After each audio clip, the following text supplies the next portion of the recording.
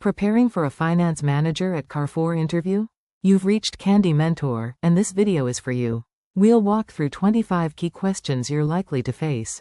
For each question you'll see a sample answer followed by the key points to cover. Subscribe, like, and share, and drop a topic request in the comments. Question 1. Tell me about your experience and why you want to become a finance manager at Carrefour. I bring experience in budgeting, management reporting, variance analysis, and partnering with operational teams. Carrefour appeals to me because finance directly influences pricing, availability, productivity, and customer value across stores and digital channels. I want this role because it combines disciplined financial control with commercial decision-making. My approach is to understand the business drivers, communicate clearly with non-finance leaders, and turn analysis into practical actions that improve profitability, cash generation, and sustainable growth. While answering, connect your technical finance background with business partnering, retail interest, leadership experience, and motivation for Carrefour's omni-channel, customer-focused, cost-conscious operating environment. Question 2. What are the most important KPIs for a Carrefour Finance Manager? I would monitor sales growth, like-for-like sales, traffic, basket size, gross margin, markdowns, shrinkage, labor productivity, EBITDA, inventory days, supplier payment performance, and operating cash flow. The right dashboard depends on the business format and decision required. For example, strong sales with falling margin may indicate poor promotions, while improving EBITDA with rising inventory could signal future cash pressure. I would combine financial and operational indicators, then focus management attention on the few drivers requiring action. Make sure to cover sales growth, like-for-like performance, gross margin, EBITDA, shrinkage, labor productivity, inventory, working capital, cash flow, customer metrics, and the need to interpret KPIs together. Question 3. How would you build an annual budget for a large retail business? I would start with strategic objectives and establish a clear planning calendar, templates, and accountability. Sales would be built from stores, formats, traffic, basket size, openings, closures, and digital growth. I would separately model margin, promotions, labor, rent, logistics, energy, CapEx, inventory, and working capital. After bottom-up submissions, finance would challenge assumptions, align scenarios with leadership, and document risks. Once approved, the budget becomes a management tool through monthly reviews, not merely an annual reporting exercise. In your answer, talk about strategic targets, bottom-up assumptions, sales drivers, margin, labor, CapEx, working capital, scenario analysis, ownership, challenge sessions, and monthly performance tracking. Question 4. How do you analyze a sales and gross margin variance? I decompose the variance into volume, price, mix, promotional activity, timing, and currency where relevant. For gross margin, I investigate purchase price changes, supplier funding, markdowns, waste, shrinkage, and sales mix. I then reconcile operational explanations to the ledger and confirm whether the issue is real, timing-related, or a forecast error. For example, sales may exceed plan because of promotions, but margin can decline if discount depth and product mix were underestimated. The conclusion should lead to a specific corrective action. Be sure to mention volume, price, mix, promotions, timing, currency, waste, shrinkage, supplier costs, inventory valuation, and separating controllable operational causes from accounting or forecast effects. Question 5. What would you do if Carrefour sales were above budget but profit was below budget? I would first validate the numbers and bridge sales to profit, separating gross margin and operating cost effects. I would examine promotional intensity, category mix, supplier funding, markdowns, shrinkage, wage costs, logistics, and store productivity. If sales growth came from low-margin products or excessive discounts, I would recommend revisiting promotion design and category economics. I would also assess whether costs are timing-related or structural. Finally, I would agree owners, actions, and a revised forecast rather than simply reporting the unfavorable variance. Focus on diagnosing margin dilution, promotions, mix, shrinkage, labor, logistics, fixed cost absorption, and forecast assumptions. Explain how you would validate findings and recommend immediate and structural responses. Question 6. How would you evaluate a proposed Carrefour promotion? I would compare expected incremental sales against a credible baseline, then calculate the promotion's net contribution after discounts, supplier funding, cannibalization, waste, labor, and logistics costs. I would also consider whether the offer increases basket size, attracts new customers, or simply shifts purchases forward. Before launch, I would define success metrics and sensitivity cases. Afterward, I would compare actual results with the forecast and capture lessons by category, customer segment, store format, and promotional mechanic. Cover incremental volume, baseline sales, cannibalization, gross margin, supplier funding, basket effects, operational costs, customer behavior, post-promotion analysis, and return on investment rather than revenue alone. Question 7. How do you manage working capital in a supermarket business? Retail working capital is mainly about inventory discipline, supplier terms, and reliable forecasting. I would monitor stock turns, days on hand, availability, slow-moving items, waste, shrinkage, and purchase order accuracy. I would work with procurement on payment terms without damaging supplier relationships or supply continuity. Inventory reductions must not create empty shelves or lost sales, especially during seasonal peaks. I would use category-level analysis and exception reporting to release cash while protecting service levels, margin, and customer satisfaction.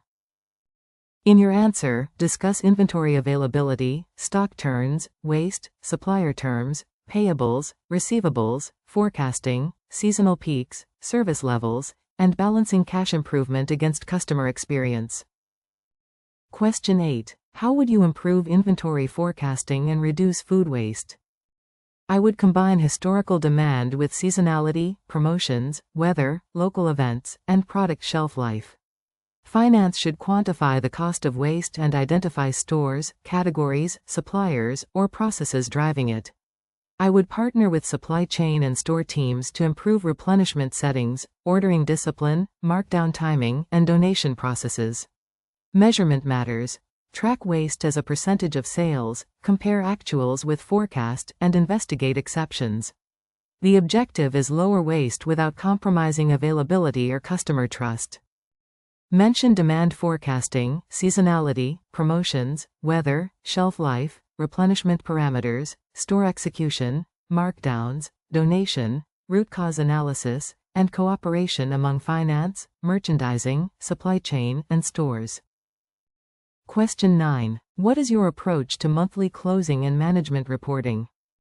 I establish a disciplined close calendar with clear owners, deadlines, review thresholds, and escalation procedures.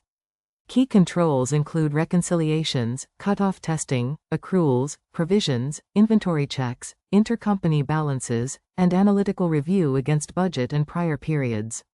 Once the numbers are reliable, I prepare concise commentary explaining drivers, risks, and actions rather than repeating figures. I also seek feedback from operational leaders so reporting answers their decisions. A fast close is valuable only when accuracy and insight remain high. Be sure to cover closing calendars, reconciliations, accruals, cutoff, account ownership, controls, analytical review, reporting deadlines, commentary, and translating results into management decisions. Question 10. How do you ensure the accuracy of accruals and provisions? I begin by defining the obligation, period, and best available estimate using contracts, purchase orders, goods received data, invoices, historical patterns, and business owner confirmations. I distinguish recurring accruals from judgmental provisions and apply materiality-based review. Every significant estimate should have documented support, an owner, and a clear reversal or settlement process.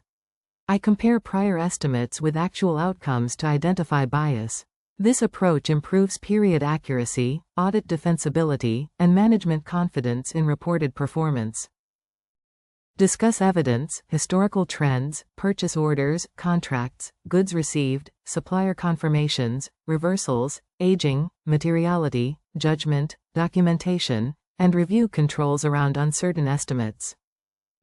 Question 11. How would you apply International Financial Reporting Standards 16 to Carrefour's lease portfolio?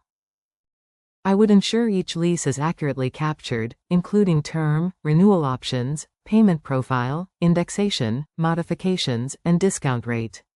The accounting creates a right-of-use asset and lease liability, followed by depreciation and interest expense. In retail, store openings, closures, renewals, and rent changes make ongoing monitoring essential. I would reconcile the lease system to contracts and the general ledger, review judgmental assumptions, and explain to management that EBITDA improves while depreciation and interest replace much of the rental expense. Focus on right-of-use assets, lease liabilities, discount rates, modifications, renewals, variable payments, store openings and closures, depreciation, interest, EBITDA impact, and data governance. Question 12. How would you assess the financial case for opening a new Carrefour store? I would build an integrated business case covering local demand, competition, format, expected traffic, basket size, ramp-up, gross margin, labor, rent, logistics, utilities, CapEx, taxes, and working capital. I would test cannibalization of nearby stores and model downside cases for slower sales, higher costs, or delayed opening. The investment decision should use cash flow, NPV, IRR, and payback, not accounting profit alone. After approval, I would compare actual performance with the original case and escalate deviations early.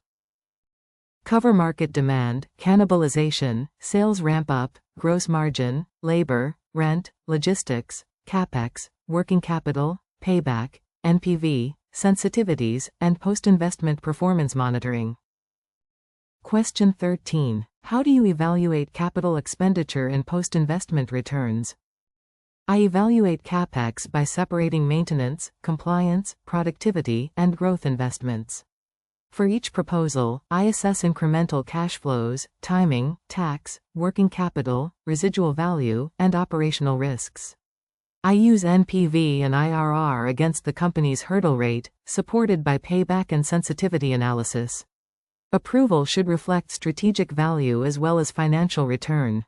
After implementation, finance should perform a post-investment review comparing benefits, costs, timing, and operational outcomes with the approved business case.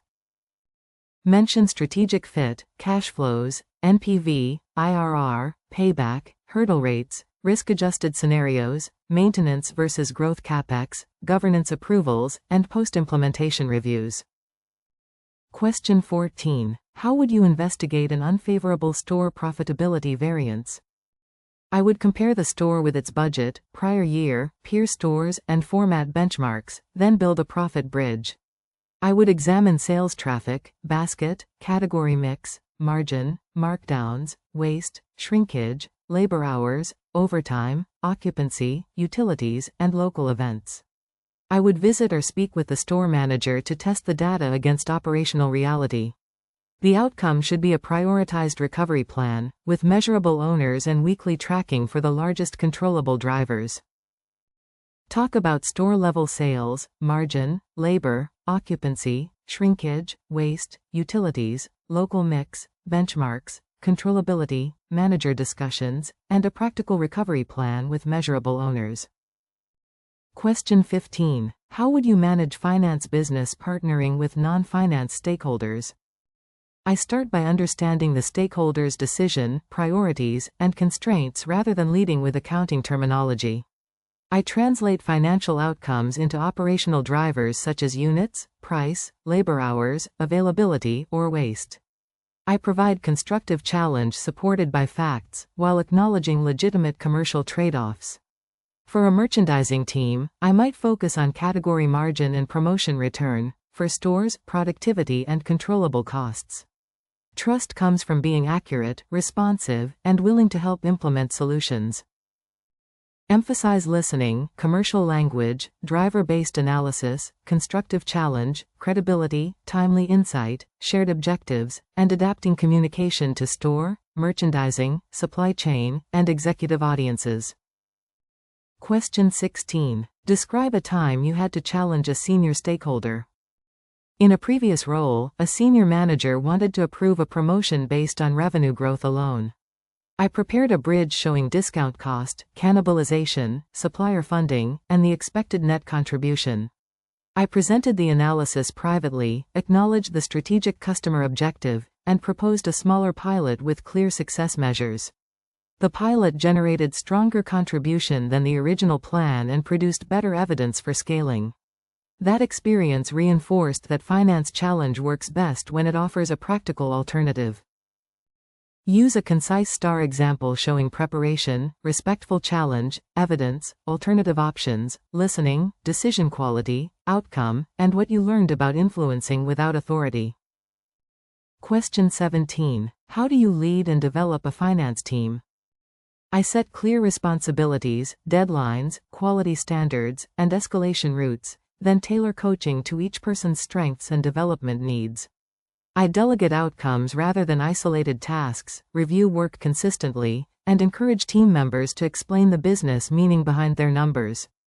During busy closes, I protect critical controls while reallocating resources to remove bottlenecks.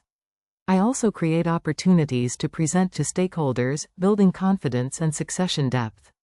Strong teams deliver accurate reporting and increasingly independent commercial insight. Cover role clarity, priorities, coaching, technical development, review quality, delegation, psychological safety, succession, performance management, and balancing close obligations with value-added analysis. Question 18. How would you respond if a key report were incomplete shortly before the management meeting?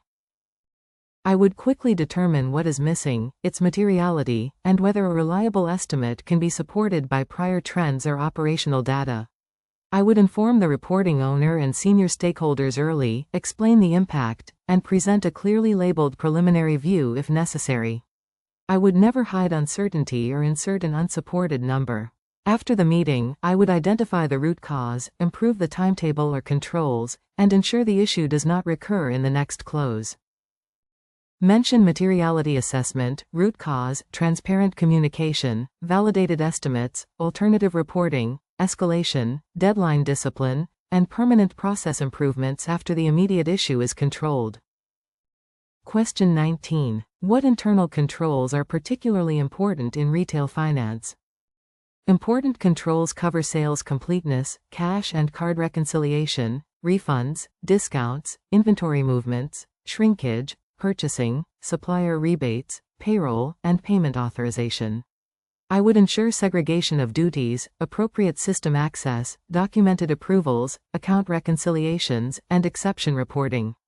Retail has high transaction volumes and dispersed locations, so automated controls and data analytics are especially valuable.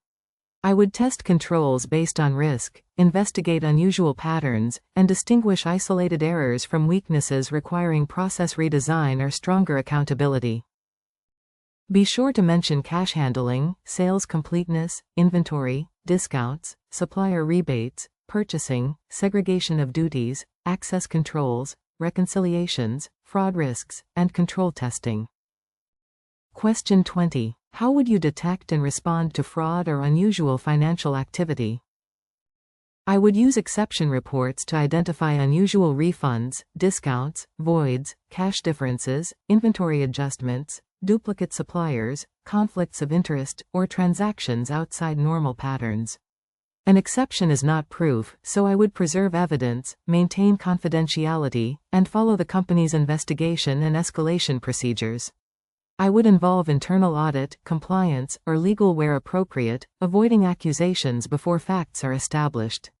After resolution, I would strengthen preventive controls and assess whether similar exposure exists elsewhere. Discuss data analytics, exception thresholds, refunds, discounts, inventory losses, vendor conflicts, whistleblowing, evidence preservation, confidentiality, investigation protocols, and avoiding premature conclusions. Question 21. How do you forecast cash flow for a retail business? I would build a rolling cash forecast using expected sales collections, supplier payments, payroll, taxes, rent, CapEx, debt service, and other committed outflows. Inventory seasonality and promotional calendars are critical because cash needs can rise before sales are realized. I would maintain weekly short-term visibility and a longer-range monthly view, with base, downside, and recovery scenarios. Each cycle, I would reconcile actual cash movements to forecast, explain deviations, and update assumptions so treasury and management can act early.